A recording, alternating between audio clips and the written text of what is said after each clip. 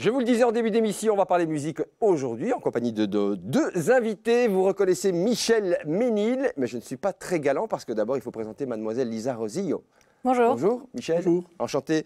Si vous êtes là, c'est pour nous parler d'un projet musical aux accents historiques, d'une figure très connue des Chiliens, notamment Víctor Jara, qui a donné son nom donc, à la salle dans laquelle vous allez vous produire en concert ce 30 avril prochain. On va raconter un petit peu son histoire et voir ce que vous en avez fait, puisque c'est un chanteur populaire chilien, Víctor Jara, malheureusement qui est décédé de manière assez tragique. On aura peut-être l'occasion d'en parler. D'abord, que connaissiez-vous de Víctor Jara? Donc en fait, moi, j'ai un père qui est andalou et une mère qui est hollandaise. Vous avez des origines espagnoles, oui, Lisa Rosillo. Rosillo. Et ils se sont rencontrés en Belgique et ils ont aussi aidé les immigrés chiliens à s'introduire dans les villes dans le Hainaut, par exemple à Braine-le-Comte. Et de là, moi, je connais les amis chiliens de mes parents, en fait, dont plusieurs personnes qui ont été dans le stade et qui ont beaucoup souffert du fascisme et qui ont été rapatriés ici grâce à Amnesty International. Donc il y a pour moi, par rapport à ce projet, un côté très émotionnel. Il y a quelque chose de personnel quand même, personnel. Donc, qui fait partie un peu de votre vécu et de votre fait. parcours. Alors le stade auquel fait allusion Lisa, eh bien, c'est tout simplement le stade où il a été tout simplement assassiné, torturé aussi en public, puisque donc Víctor Jara était un chanteur qui chantait des chants à la gloire des révolutionnaires, du peuple aussi, et une ode également à l'amour. On va en reparler. Donc finalement, Michel, qu'est-ce qui a motivé ce projet? Vous travailliez déjà ensemble avec le Spanish Jazz Project. Vous aviez vos projets jazz de votre côté. Qu'est-ce qui a motivé le projet? Eh bien, en fait, donc, Lisa et moi, on s'est rencontrés il y a maintenant 7 ou 8 ans et on a eu de cesse depuis lors de visiter certains répertoires, certains autres projets et tout. Et finalement, le fil conducteur, c'est dans tout ce qu'on fait, en fait, c'est de rester jazz. Donc ainsi, comme vous le disiez, on a travaillé autour d'un répertoire hispanique, Spanish Jazz Project. Donc qu'on a mis donc à la sauce jazz. Un peu plus tard, on a travaillé sur The Christmas Songbook. On a revisité les chants de Noël profanes. Et dernièrement, en fait, on vient encore de faire un autre travail sur des chansons d'amour, love songs en anglais. Et donc à chaque fois, c'est toujours un plaisir de se dire on prend un sujet, quel qu'il soit, enfin presque quel qu'il soit. Voilà, et on lui met sa petite touche, on le détricote. Donc avec Víctor Jara, c'était la même chose. C'est un peu moi qui ai proposé ce projet à Lisa à l'époque. Elle a tout de suite plus qu'embrayé. Elle a répondu présent. Oui, parce qu'il y a une résonance donc, personnelle finalement dans votre histoire familiale, effectivement. Et sans doute, n'est-ce pas la fin de notre histoire? Peut-être que par la suite, on a déjà d'autres idées. Des projets, je pense que c'est pas ce qui manque. On va parler de l'aspect chant, Lisa, d'ici quelques petits instants. Musicalement, pour que les gens sachent, Michel, ça ressemble à quoi, Víctor Jara? Donc Víctor Jara, c'est un poète, comme on a dit. C'est de la poésie en chanson, mise en musique. Oui, je ne sais pas si ma comparaison sera juste, mais je pense toujours, il me fait penser un peu à une sorte de Brassens chilien. Moi, ça me fait penser à un Jean Ferrat, latino-américain. Et donc nous, on a en fait repris certaines de ses chansons. Il a un répertoire immense. Il a fallu puiser, choisir. Donc on en a choisi donc pour l'instant une dizaine, ça va encore évoluer ensuite. Et donc ces chansons-là, on les a réarrangées en jazz, enfin sauce jazz, grâce à la complicité de notre pianiste Alain Rochette qui a fait un gros travail d'arrangement. On a réorchestré. On a réorchestré donc à notre sauce, quoi, donc à notre couleur, quoi, en fait, c'est ça. Alors, au niveau du contenu, Lisa, c'était quelqu'un qui chantait, qui véhiculait des valeurs dans ses chansons, souvent des odes à la paix, des chants de résistance aussi. Vous, pour l'aspect chant des choses, mais c'est quelque chose que vous devez incarner, que vous devez faire passer, une émotion particulière? Oui, au niveau de l'émotion, évidemment, ce sont des chansons qui m'habitent et qui sont...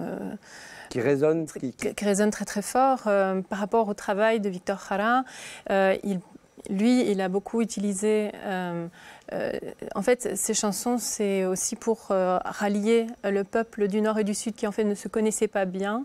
Donc, il véhicule beaucoup les coutumes, comment les gens vivaient, parce qu'ils vivaient de manière différente, que ce soit dans il essaie de les rassembler, pour rassembler le peuple chilien, pour leur montrer qu'en fait, ils sont tous d'un même pays, et pour véhiculer cette image à l'extérieur aussi. Oui, ce sont des... Alors, on est dans de la poésie, mais on est aussi dans du texte engagé. Dans l'engagement. Dans l'engagement politique. On est dans un hommage. Il rend hommage au peuple créateur.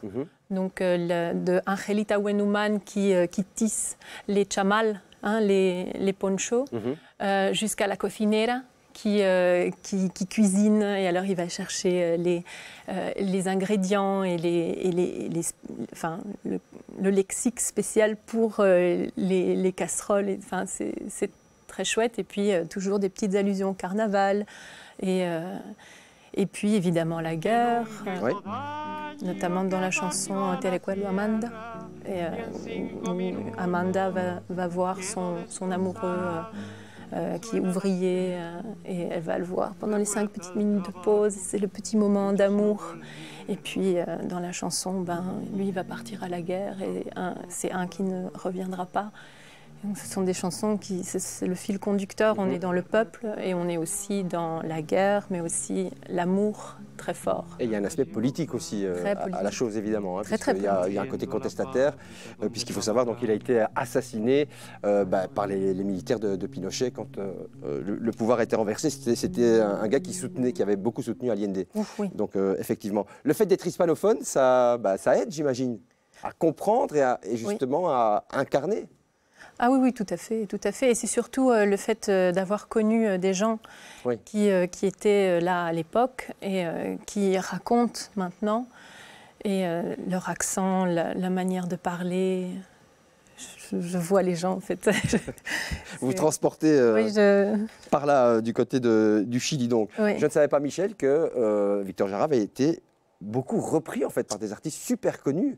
On passe de U2 en passant par Jean Ferrat à Bernard Lavillier. Même Julos Bocarn a repris du Victor Jara. Les Tracky Singer, c'est ça. Alors qu'est-ce qui est attractif pour ces auteurs-là Je ne sais pas très bien. Je pense que Victor Jara a marqué quand même une génération entière. J'ai envie de dire post-68 Art, donc surtout post.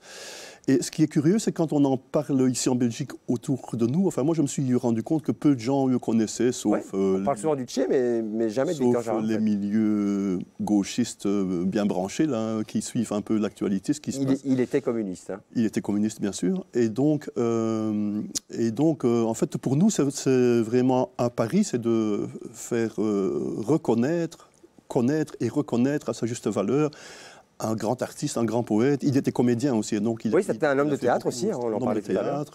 Il enseignait d'ailleurs, je ne sais pas si c'est un conservatoire, mais dans une école de théâtre au Chili, donc avant sa disparition. Et donc, je pense que c'est intéressant pour nous, si on peut apporter cette petite pierre à l'édifice, de faire reconnaître un grand monsieur maintenant en Belgique, en communauté française. Oui, parce que Salvatore Allende, donc on avait fait son ambassadeur culturel pour propager justement la culture chilienne au Chili. Comme vous le disiez, entre le nord et le sud, ce n'était pas du tout la même chose. Et au-delà, bien entendu, la collaboration, comme vous connaissez depuis longtemps, le feeling fonctionne tout seul. Comment vous avez travaillé? Oui. On s'organise. Hein. Ouais. Est-ce que Michel est autoritaire, Lisa? Non, pas du tout. Non. C'est de la collaboration. On s'organise. Moi, je lui ai donc proposé le projet. Elle a d'abord fait une recherche. C'est bien ça, je ne me trompe pas. Oui, bien sûr. Elle a d'abord fait une recherche sur son répertoire, sur son histoire. Maintenant, c'est facile avec Internet. On a tout très vite à portée de main. Et ensuite, elle a choisi une série de chansons, on a communiqué, on s'est mis d'accord, et puis on a commencé à répéter. Et là, avec les musiciens, donc on est 5 en tout dans le projet. Il y a aussi donc Antoine Siri à la batterie et Nicolas Yates à la contrebasse. Et donc, on a commencé à répéter, et puis voilà, là on est à quelques jours de la première. Ça le fait tout seul. Ce sera effectivement le 30 avril, donc, dans la salle, dans l'espace Victor Jara. Ce sera tout un symbole, je présume. Qu'est-ce qu'on ressent quand on chante des chants avec ces textes-là qui ont cette portée-là? Une fierté et aussi une part de responsabilité par rapport aux idées à véhiculer. Ne jamais se reposer sur ses lauriers, ne jamais penser que tout est acquis. La démocratie n'est jamais acquise, il faut toujours faire attention. On ne sait jamais quel loup se cache derrière l'arbre. Ouais. Il faut vraiment toujours faire...